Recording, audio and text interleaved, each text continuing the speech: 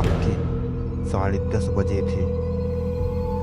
गांव से बाहर एक पुरानी झोपड़ी के पास से रवि गुजर रहा था।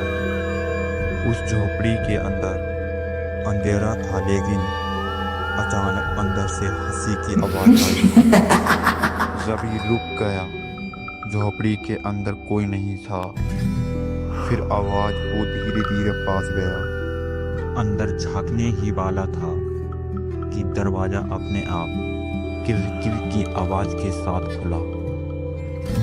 अंदर सिर्फ एक पुरानी लकड़ी की कुर्सी थी जो अपने आप हिल रही थी।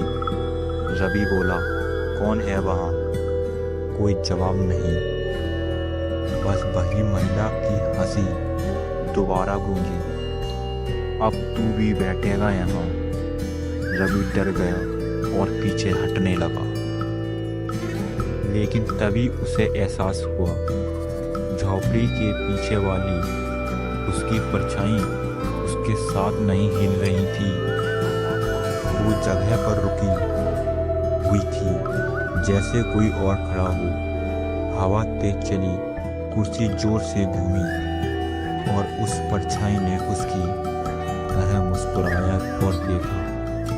अगले दिन सुबह गांव वाले बोले, कल रात झोपड़ी से किसी के हंसने की आवाज फिर आई थी, लेकिन झोपड़ी तो 5 साल से खाली पड़ी है।